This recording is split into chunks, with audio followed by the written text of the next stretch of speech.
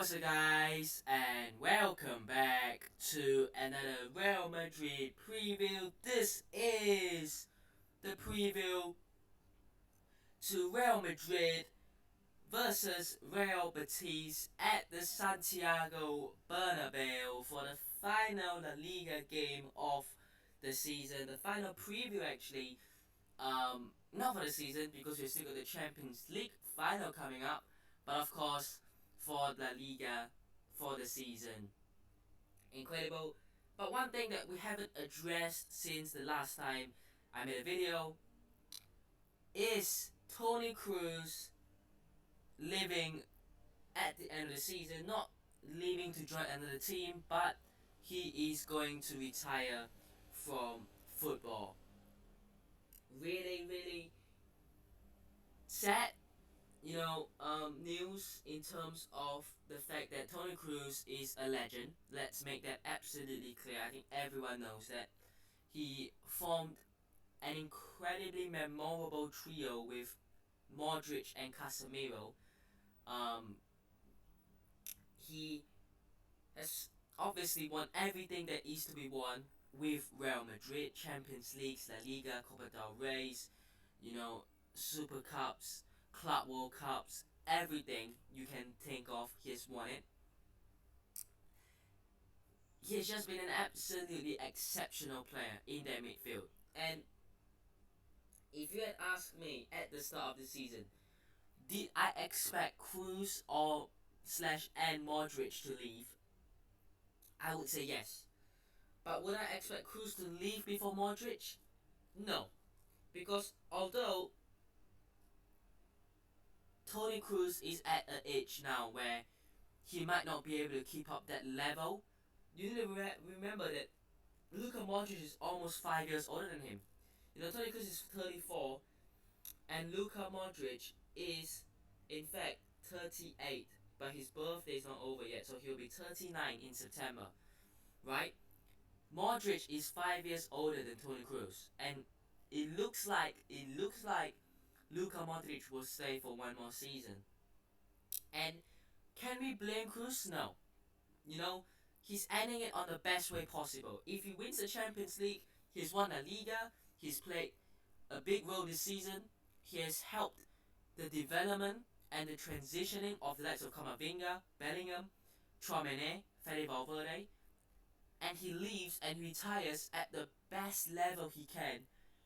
You have to respect that, and you have to give him, almost a respect and say, look, there isn't a point in Kroos staying for another 3-4 years. We know Toni Kroos can. He can sit on the bench for 2-3-4 years and just take a slight pay cut, but still he's earning good money on the bench. That is what he would be doing if he stays for another 2 to 3 years or even 4 years. But he doesn't want to end his career off sitting on a bench, not playing every week, not playing every game. He wants to end the season and end his career in a season where he has contributed, he has helped the growth and development of the young players around him, and he leaves. And you have to respect that.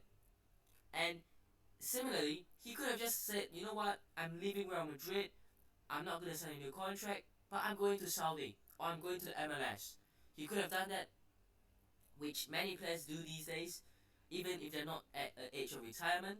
But the fact that Toni Kroos has said, look, I want to leave at Real Madrid, I want to make Real Madrid my final club, my retirement club, and I want to end at the best way possible, in the best way possible, in the best state I am possible. You have to give respect to that. And it's sad, it's absolutely sad and devastating to hear this news. But sometimes in life, the best things eventually come to an end. And after 10 years of Toni Kroos at Real Madrid, 10 years of watching Toni Kroos at Real Madrid, obviously I've only been watching him for 6 years of my life, since I haven't been supporting Real Madrid since a long time.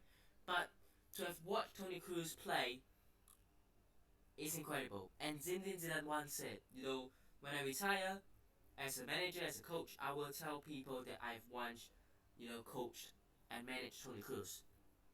And and that is simply incredible.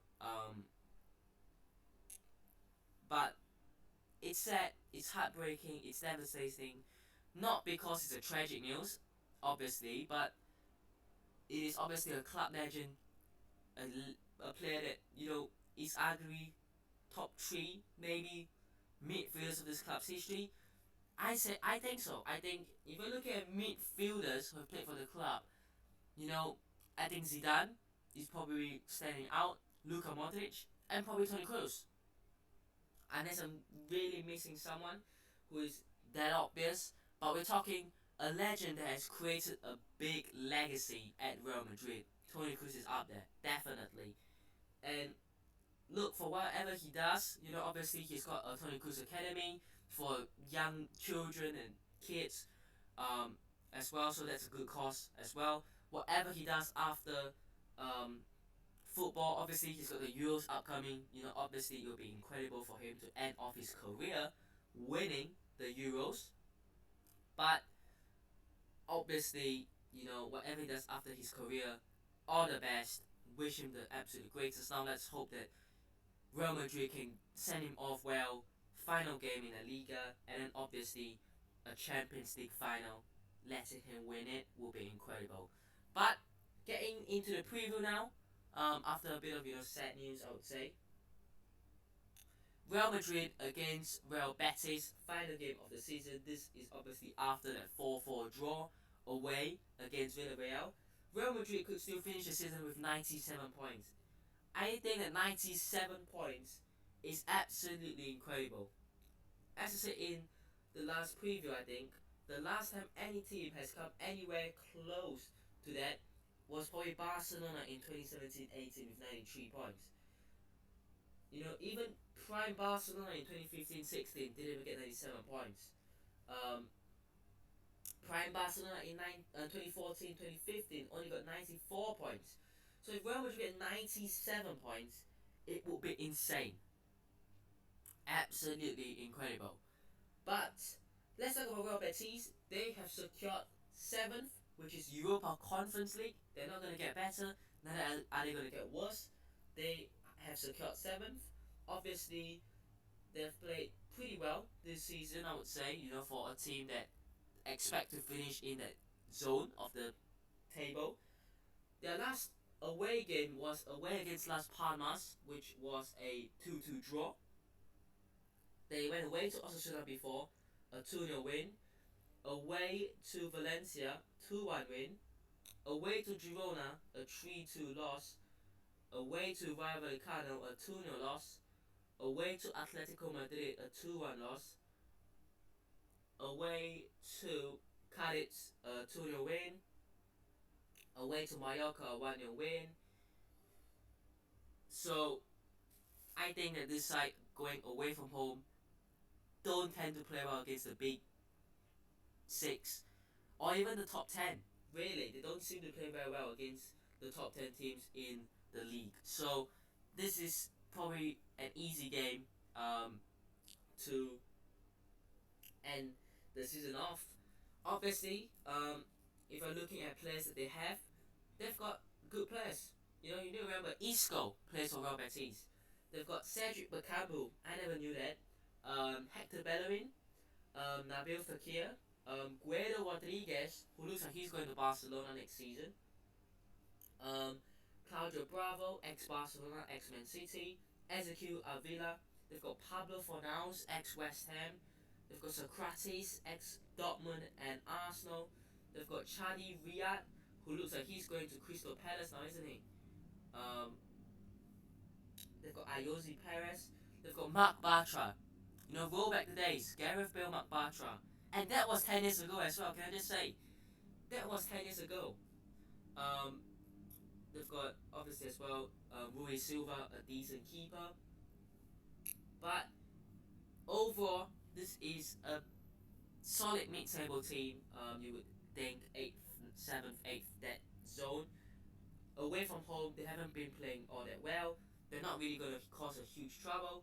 And there isn't a need for them to as well, because it's the last game of the season. They will still put in the fight, but I don't see them, causing a big upset. In terms of injuries, Real Madrid are still missing Toni and Alaba will still be out. In terms of Real Betis, they've got actually a few players out, apparently, but some of them might be back. Ezequiel Avila, Guido Rodriguez, Mark Bartra, I don't think he will be back. Bakago might be back. Isco could be back. William Cavalier as well could be back. And Pizzella as well could be back. But I think Bartra, Rodriguez, and maybe Avila are out. But let's go on into the starting 11. I don't think they really need to go through the form for Real Madrid. But the starting 11, I would put, you can tell it's a strong team. And the reason I've done this, I'll explain it. But I'll go through the team. In goal, Courtois. Lunin will probably not feature again this season. We'll get on to that. Kepa, he's probably not going to get any chance again. And then he'll go back to Chelsea, which is sad. But obviously, you have to thank Kepa for his services. You have to thank Lunin for what he's done this season. But the fact that Courtois is back, he's the best keeper in the world when he's fully fit, as Ancelotti has said before. So, I just don't see it. I just don't see Courtois not starting this game. Because this game, whoever starts in this game, right, the 11 players who start this game are most likely the 11 players who will start the final against Dortmund. So for me, whoever starts in goal will probably start in goal as the keeper in the final. So I just think Courtois will. The back line, the four that I think will start the Champions League final, basically Mendy, Rudiger, Militao, Carvajal. I know Militao made a mistake, not a mistake, multiple mistakes against Villarreal, but you still have to put the faith in him. You still have to let him, continue getting back into the algorithm. Obviously, the reason why he hasn't, he made the mistakes is because he hasn't played much, and he's just starting to get back as well. The midfield, Tchouaméni out, Camavinga goes in at 6, Fede Valverde is the engine, and Toni Kroos starts to get the farewell he deserves. And what will most likely happen is Toni Kroos will get subbed off towards the end of the game, and he'll get subbed off for Modric, and then obviously they'll get to hug and obviously all the farewell, and the fans can thank Toni Kroos, give him a standing ovation as well for his legacy. That will happen. The front line, I think you'll keep it the same. I think Arda Güler will come on, and obviously if he scores a goal or two again, incredible. But I think you start Bellingham, I think you start Rodrigo, and I think you start Vinicius Junior. This is going to be a front three in the final. And the reason I say this is because you're looking at a good opportunity here before the final. Dortmund are done. They have now got the final. Real Madrid have got one more game. Let them 11 players who are going to play in the final, let them cook. Let them go out there and play well. Because at home against Real Betis, you could win 5-0. You could win 5-0. You could. Maybe not 5-0, but you could win 3-0, right? You could go out there and play really, really, really well. You could. So, I think that you go out there and you let these players express themselves before the game against Dortmund to get the confidence, to get them ready, to get the boost. These players will be hyped up after this game and say, look, you and me and him, we've played so well, we're a team. Now we've got the final, let's keep it that way, let's play this way in the final. So, personally, I think you keep the best 11, you keep the standard side. And that's what the past few games have been. There's a reason why Ancelotti has started the so-called B team in the last couple of games. Against the likes of Alaves and Villarreal. Now it's time to get serious. You've got one last game to prove yourself before the Champions League final against Borussia Dortmund on June the 1st. Finally, my score prediction, Real Madrid 4, Real Betis 0. I'm confident. I think we will cook. And it might come back to backfire me. It might. But I think that the chances of that happening are slim. But let me know what your thoughts are down below. Hope you guys have enjoyed today's preview. Hit the button, subscribe to the show us on already, and I'll see you guys in the next one. Peace.